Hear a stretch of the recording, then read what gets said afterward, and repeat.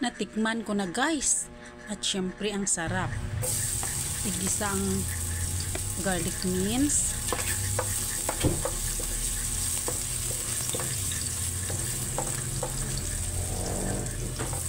Onion slice. Minsan na yan, kaso lang nakalimutan ko. Sa sobra kong nagmamadali. Yun guys, mix together lang natin guys. Mix it brown.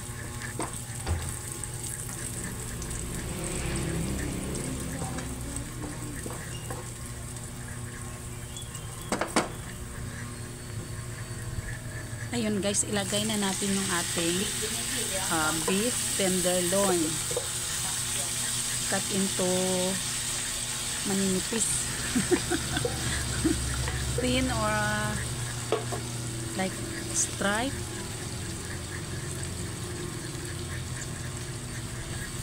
Yun guys.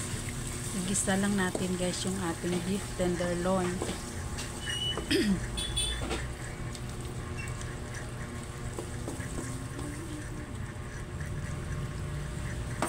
Minarinate ko niyan guys sa sa soy sauce, saka black pepper.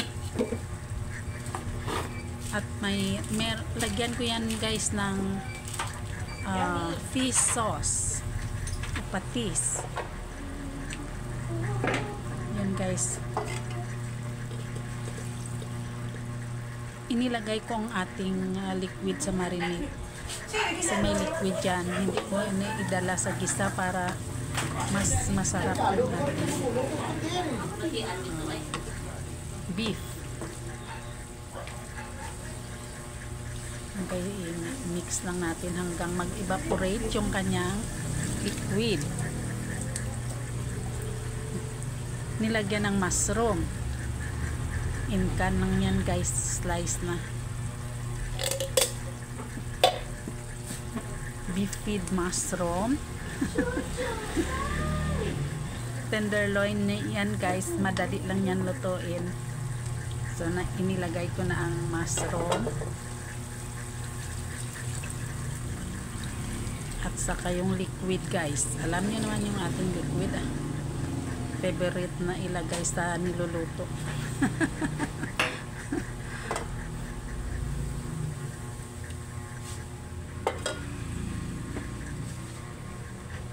And guys, ilaga lang natin dyan yung ating beef.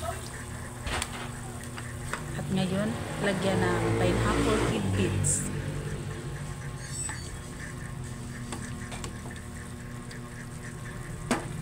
Sunday ngayon guys. So, medyo special ang ating luto. Kasi rin ditong iba kong mga anak. Nilagyan ng patatas. Para mas masarap na guys, malinamnam yung ating beef tenderloin. Masarap syempre, may mushroom at saka potatoes.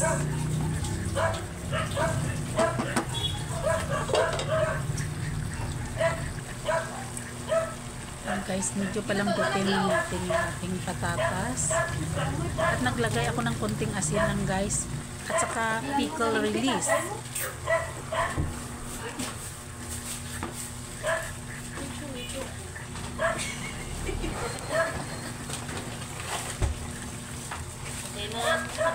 Ngayon guys, yung ating sarsa. Alam niyo kung anong nilagay ko yun, Ribisco cracker. Medyo late upload na ng aking video ngayon guys. Kasi Sunday's best namin ito na ulam. Sarap pala guys ng Ribisco cracker. Sarsa. Ngayon nilagyan ko na ng vinegar, suka. At saka dagdag soy sauce kasi yan ang kanyang pangpakolor sa ating sarsyado. Ngayon seasoning granules. Ayan guys. Back to cracker tayo guys. Masarap palang isalsa ang cracker. Ngayon yung bell pepper, red bell pepper, kasi walang available na green pag punta ko ng palengke. Nakalimutan ko nang maghanap kasi sa suki ko lang green. Puro red bell pepper yung kanyang tiga. Mix together lang natin guys, mag-combine ng flavors.